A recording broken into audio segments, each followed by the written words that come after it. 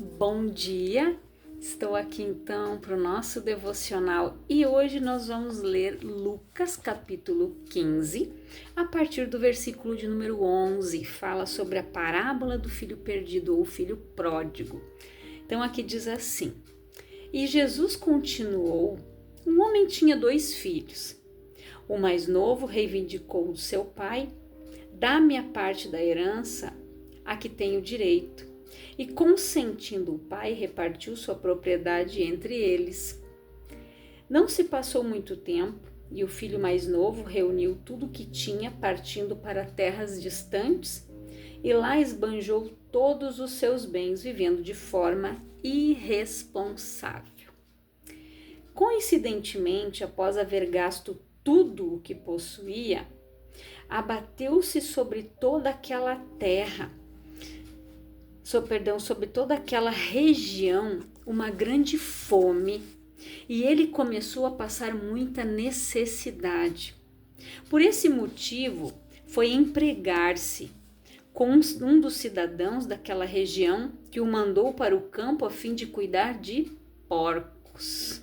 Cuidar dos porcos. Ali chegou a ter vontade de encher o estômago com as vagens de alfarrobeira com as quais os porcos eram alimentados. No entanto, ninguém lhe dava absolutamente nada. Foi quando, caindo em si, falou consigo mesmo: Quantos empregados de meu pai têm comida com fartura e eu aqui morrendo de fome? Levantar-me-ei, tomarei o caminho de volta para meu pai e, ao chegar-lhe, confessarei: Pai, pequei contra o céu e contra ti. Não sou mais digno de ser chamado teu filho. Trata-me como um dos teus trabalhadores. E logo em seguida levantou-se e saiu na direção do pai. Vinha caminhando, ele ainda distante, quando seu pai o viu e, pleno de compaixão, correu ao encontro do seu filho e muito o abraçou e beijou. Então o filho lhe declarou: Pai, pequei contra o céu e contra ti, não sou mais digno de ser chamado teu filho. Entretanto o pai ordenou aos seus servos: Trazei depressa a melhor roupa, vestiu com distinção, pondo-lhe o anel de autoridade e as sandálias de filho. Também trazei o novilho gordo e o preparai. Comamos, façamos uma grande festa e regozijemo-nos. Porquanto este meu filho estava morto e voltou à vida, estava perdido e foi encontrado, e começaram a celebrar o seu regresso. Entre mentes, o filho mais velho estava no campo. Quando foi se aproximando da casa do pai, ouviu o som da música e das danças. Então chamou um dos servos e indagou-lhe sobre o que estava acontecendo. Este informou: Teu irmão regressou. Teu pai mandou matar o novilho gordo porque o recebeu de volta são e salvo. Mas o filho mais velho encheu-se de ira e negou-se a entrar. Então o pai saiu e insistiu com ele. Porém ele replicou ao pai: Há tantos anos tenho trabalhado como um escravo para ti, sem nunca ter desobedecido a uma só ordem tua. Contudo, tu nunca me ofereceste nem ao menos um cabrito para que pudesse festejar com meus amigos. No entanto, chegando em casa, esse teu filho, que pôs fora os teus bens com prostitutas, tu ordenaste matar o novilho gordo para ele? Então lhe arrazoou o pai: Meu filho, tu sempre estás comigo, tudo que eu possuo é igualmente teu. Porém, nós tínhamos que celebrar muito a volta deste teu irmão e regozijarmos-nos, porque ele estava morto e reviveu, estava sem esperança e foi salvo. O que nós aprendemos aqui? Quando esse menino, esse jovem, ele fez algo que não é correto, né? Na verdade, ele exigiu a herança dele no tempo que não era o correto. Né? Lá em Provérbios fala que aquele que exige a sua herança antes do tempo, cai em maldição. E foi o que aconteceu com esse jovem. A partilha dos bens deveria ser feita após a morte do seu pai. Assim seria dividido entre ele e o seu irmão. Mas ele pediu o que era dele. E o pai deu. Mas o pai poderia ter dito: não, eu não vou te dar. Mas quando ele foi, ele gastou tudo que ele tinha, sem pensar no amanhã. Aí, de repente, veio uma crise ali naquela cidade, naquele lugar, veio uma escassez, começou a faltar comida e ele não tinha mais com que se manter. Aí ele foi pedir ajuda. O que a pessoa fez? Vai lá cuidar dos meus porcos. Chegando lá, eles nem aquilo davam para ele comer, nem aquilo que os porcos comiam. Lavagem, aquela comida ali, aquelas coisas que ele falou ali, né? As vagens de alfarrobeira, nem isso davam para ele, gente. Ninguém lhe dava absolutamente nada. Aqui foi quando, caindo em si, falou consigo mesmo. Ou seja, a pessoa muitas vezes ela precisa passar por determinadas situações para cair em si, para acordar. De repente, enquanto ele estava ali com o pai, aquela situação ali em que ele vivia não estava bom. Não estava. Ele de repente estava insatisfeito, ele não estava contente de ficar ali trabalhando com o pai, assim como o irmão trabalhava. Ele pensou: não, vou pegar o que é meu e vou dar no pé. Vou sair daqui, vou viver em outro lugar. Só que se ele tivesse tido sabedoria em investir, aplicar o dinheiro dele, se tivesse comprado uma casa para ele morar, se ele tivesse procurado uma propriedade e tivesse colocado em prática o que ele aprendeu com o pai, ele teria se dado bem. Mas quando as pessoas agem sem serem prudentes, sem prudência, elas constroem a sua casa sobre a areia. Como Jesus disse, a casa que é edificada na areia, vem a enchente, vem o vento e ela, derruba.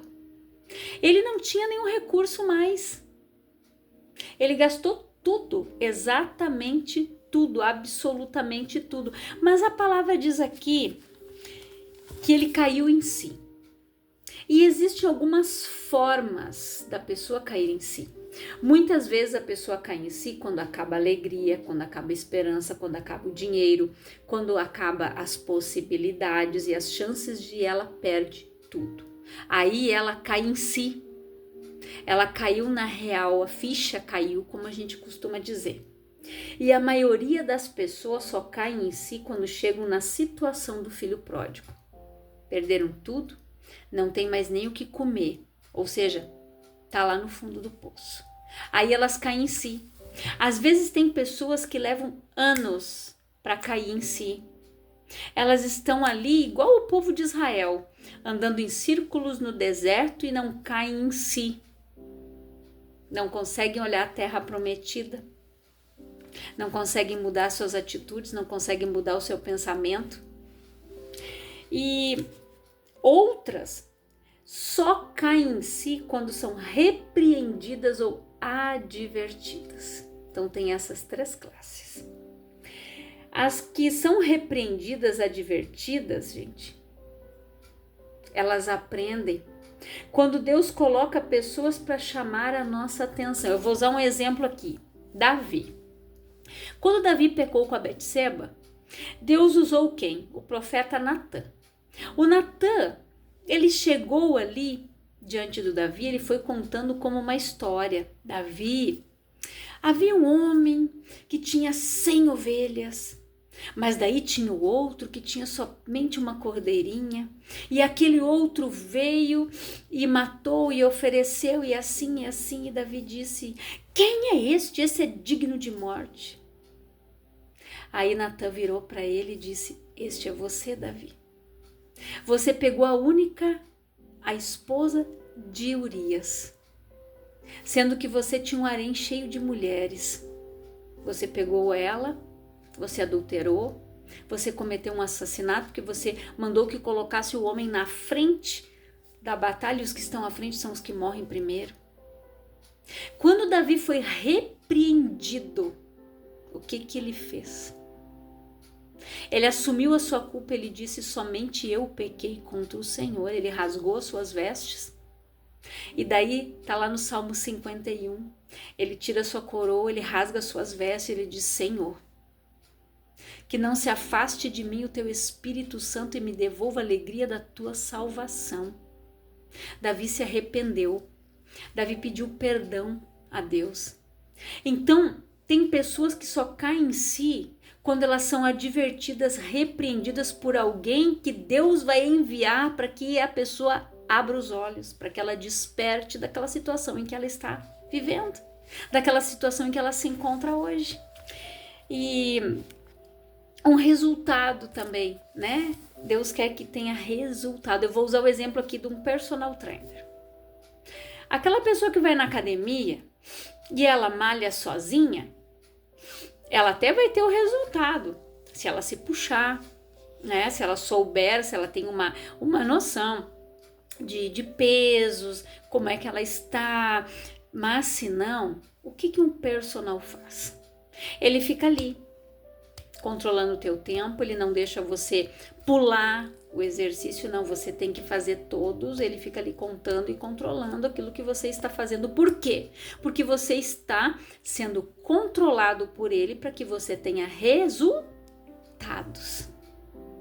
Então ali aquela pessoa está ali, ó, te controlando, aquela pessoa tá ali chamando a tua atenção, aquela pessoa tá ali, ó, né? Para quê? Para que você mude os teus hábitos, para que você alcance os resultados. Então Deus, ele usa muitas formas. Esse jovem, ele caiu em si quando ele estava dentro de um chiqueiro de porcos, gente. Um cara rico saiu da propriedade do pai, pegou a sua herança antes do tempo, perdeu tudo, jogou tudo fora. Como a gente costuma dizer, dinheiro não dá em árvore, né? É muito fácil ir lá dizer: me dá a minha parte. Mas ele caiu em si. E quando ele caiu em si, o que ele fez? Ele planejou o que ele ia fazer. Ele chegou e ele disse assim, ó. Foi quando, caindo em si, falou consigo mesmo. Quando ele caiu em si, que ele estava ali, naquela situação, dentro de um chiqueiro, cuidando de porco, tendo vontade de comer a comida que os porcos comiam, e nem isso lhe dava absolutamente nada, a palavra diz aqui, nada, nem aquilo eles davam para ele comer. Aí ele fez o quê?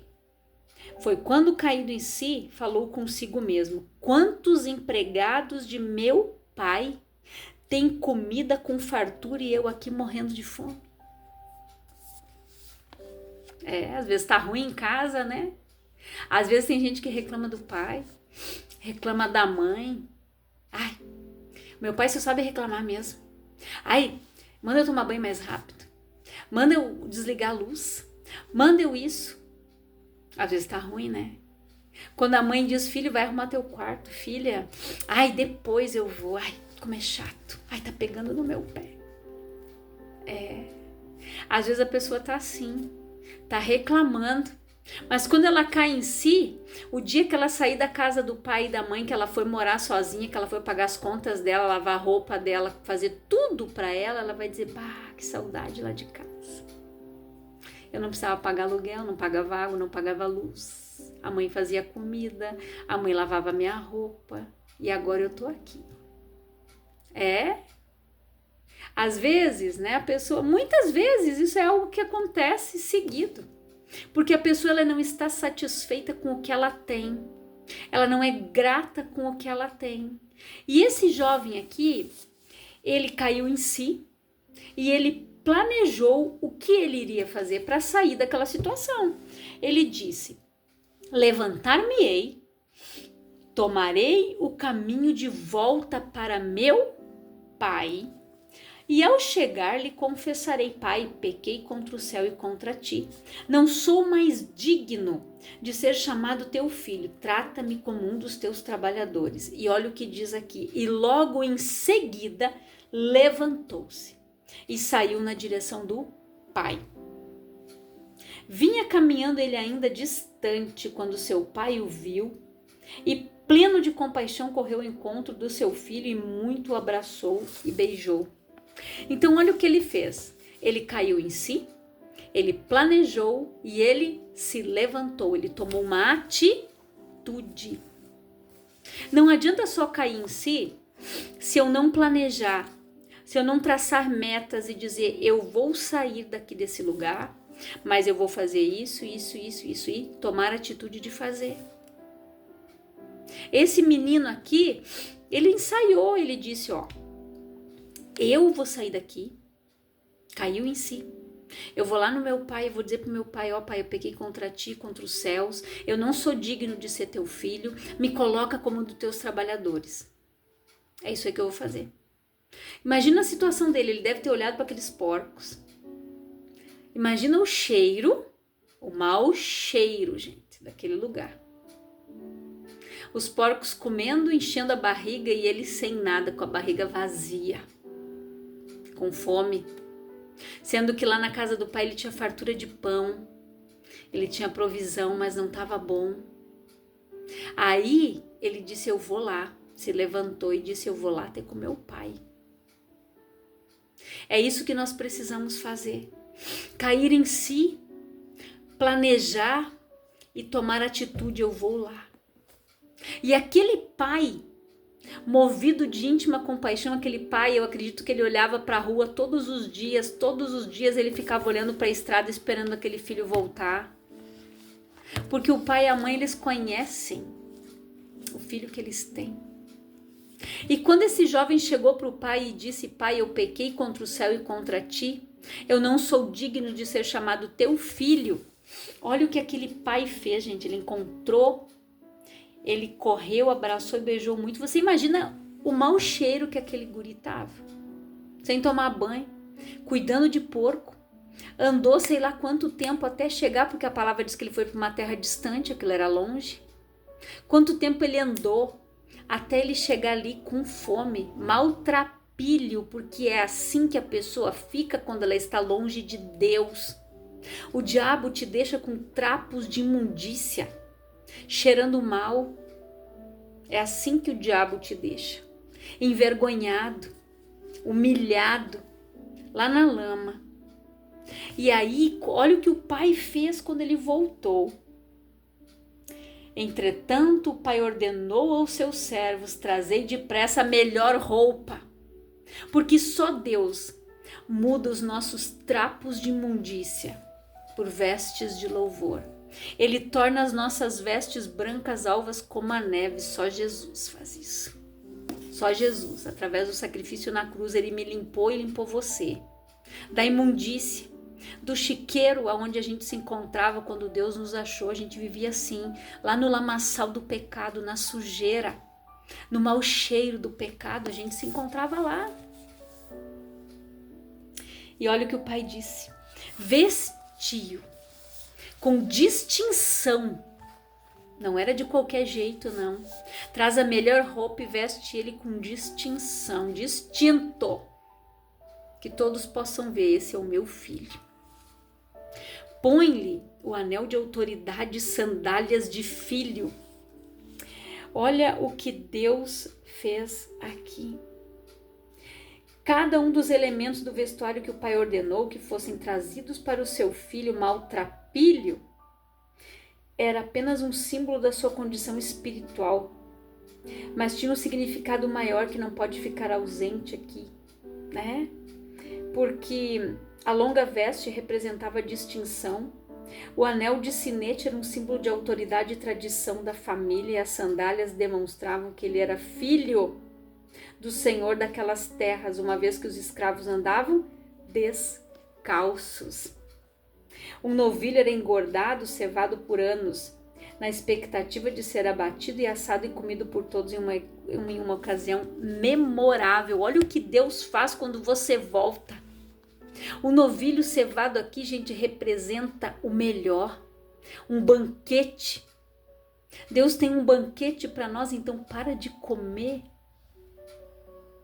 o pão da escassez, o pão de dor que Satanás tem colocado na tua vida.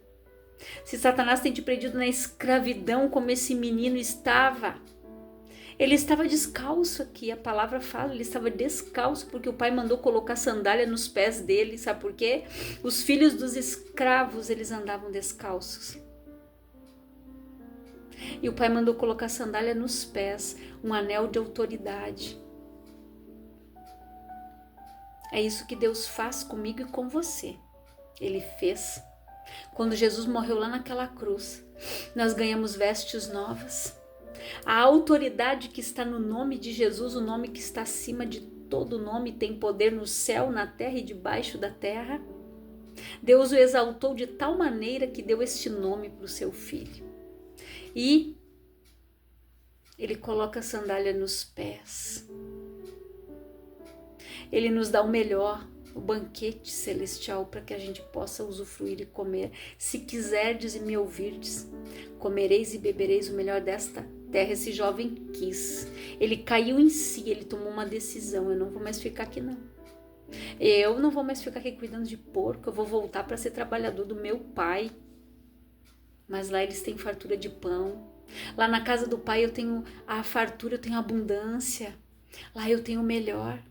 Então saia do mundo, saia do Egito, pare de comer pão de dores.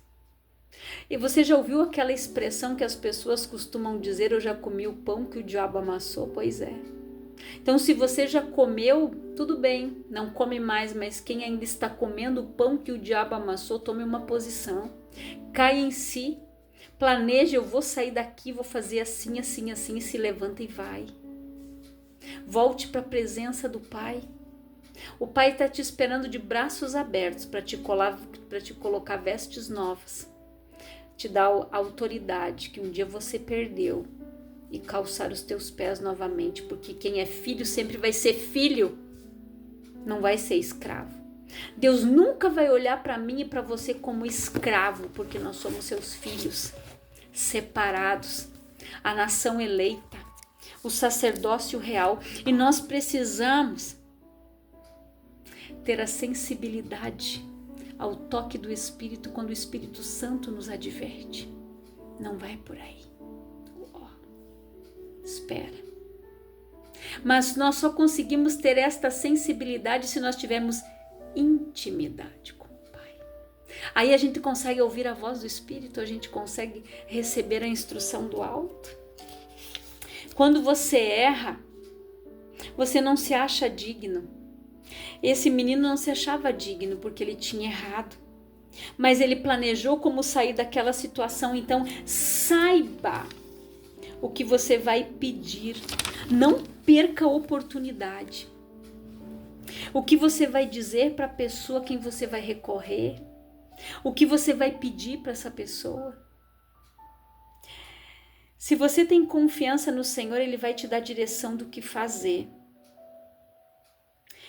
Vá e faça o que deve ser feito conforme o que você planejou. Foi o que ele fez aqui. Ele disse: eu vou ir lá e vou falar para o meu pai assim, assim, assim. E ele se levantou e foi lá ter com o pai dele. Ele não ficou esperando ali: mas será que eu vou hoje? Será que eu vou amanhã? Não, eu vou deixar para a semana que vem. Pare de procrastinar. Pare de se auto-sabotar. Venha hoje. O pai te chama hoje. Não é amanhã, não é semana que vem, não é mês que vem.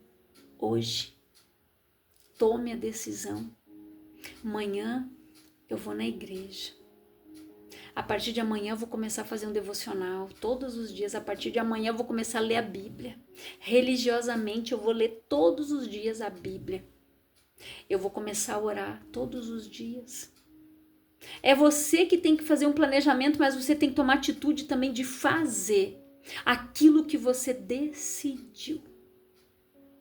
Não adianta só cair em si e planejar e ficar por isso mesmo. Eu tenho que cair em si. Opa, eu já fiz tanta burrada. Bah, por que eu fui fazer isso? Então, se arrependa. Se arrependa, por que a palavra diz? Se arrependa aonde você caiu e volte ao primeiro amor. Eu preciso primeiro cair em si. Eu me arrependo, Senhor. Eu orava, hoje eu não oro mais. Senhor, eu buscava. Por que eu não faço o que eu fazia lá no início, no primeiro amor? Por que Jesus manda voltar para o primeiro amor? Porque lá no primeiro amor, a gente quer ganhar todo mundo para Jesus. A gente ora, a gente chora. Se tivesse culto de segunda a segunda, a gente ia todos os dias. Só que isso começa a esfriar. Isso começa a enfraquecer.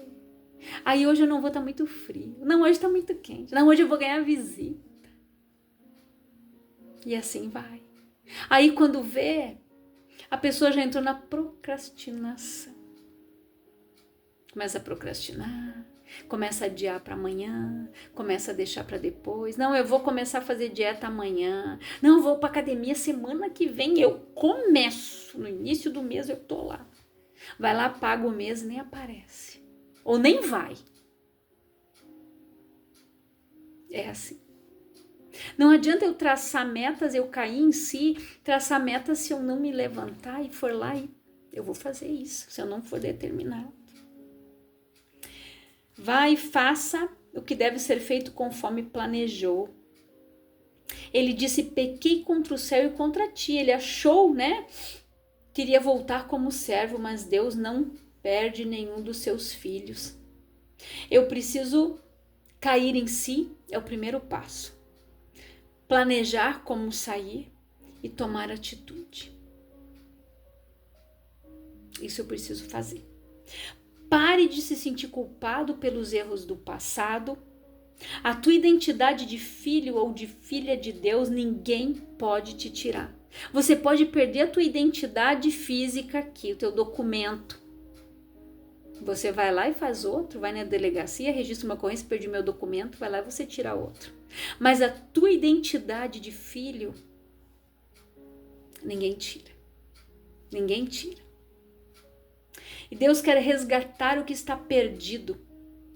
Então, muitas vezes as pessoas elas estão lá no lugar igual esse filho pródigo, por causa da culpa, do desânimo, do pecado, do medo, do fracasso.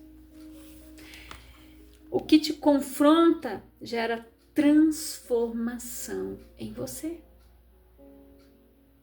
Então, aonde você precisa cair em si? Vai ficar uma pergunta para você. Onde? Em que área da tua vida você precisa cair em si? Opa, eu preciso mudar aqui. É melhor ser moído por Deus do que ser estraçalhado pelo mundo. Ele te moe, ele transforma ali, ó, barro de novo, para poder moldar o barro novo, para fazer o vaso novo. Então nós precisamos ser moldados por Deus. E que área da tua vida você precisa mudar? Aonde você precisa de molde? Em que área da tua vida você precisa cair em si e dizer, eu preciso parar de fazer isso e vai ser hoje. É uma palavra forte. É um puxão de orelha que eu também levei, porque primeiro Deus dá a palavra para mim, para depois para que eu traga para você. E a gente precisa cair em si, em muitas coisas na nossa vida. Na psicanálise a gente tem uma ferramenta que diz assim, perdas e ganhos. Geralmente a gente usa isso quando a pessoa está passando por um conflito no seu casamento. Quais são as perdas que eu tenho se eu continuar com ele, se eu continuar nessa situação? Quais são as perdas que eu vou ter? Quais são os ganhos? É eu que me avalio. Examine-se, pois, o homem a si mesmo. Eu me avalio, eu preciso me conhecer, eu preciso decidir, tomar uma decisão, cair em si. Opa, eu preciso mudar aqui. para que o meu esposo mude, primeiro eu preciso mudar. Não adianta eu olhar para os outros e começar a estender o dedo, não. Se ele mudasse, eu ia fazer diferente. Não, começa em você. A transformação começa em nós. Quando a gente muda, automaticamente o que está do lado muda junto. Ele é transformado porque ele vai ver a tua mudança. Não adianta eu ficar esperando pelos outros. A mágoa, ela é um copinho de veneno. A pessoa coloca aqui, ela toma e aí ela fica ali esperando para ver se a outra vai morrer. E nós precisamos tomar a atitude de sair desta situação, de perdoar os outros, de ser perdoado. Se o cair em si é ir pedir perdão para alguém, então vai e peça perdão para alguém. Chega naquela pessoa e diz, ó, eu pequei, eu errei, eu fiz fofoca de você, eu falei mal de você, eu quero que você me perdoe. Isso te deixa leve. Tome essa atitude, de repente é isso que está faltando para que a tua vida comece a engrenar, para que as coisas comecem a andar. De repente tudo está aqui estacionado, parado. Por quê? Porque a pessoa não cai em si. Ela sabe o que ela tem que fazer e não faz. Ela não toma uma atitude. Ela fica esperando que Deus faça tudo por ela. Senhor, fica ali. Saia desta zona de conforto e desta lamentação, desta situação de lamentação. Faça como esse rapaz, ele não ficou lá se lamentando. Ele não ficou lá cuidando de porco a vida inteira. Quando ele caiu em si, da situação em que ele estava, de quem ele era, do que o pai dele tem para dar, ele disse, eu vou lá. Ele se humilhou.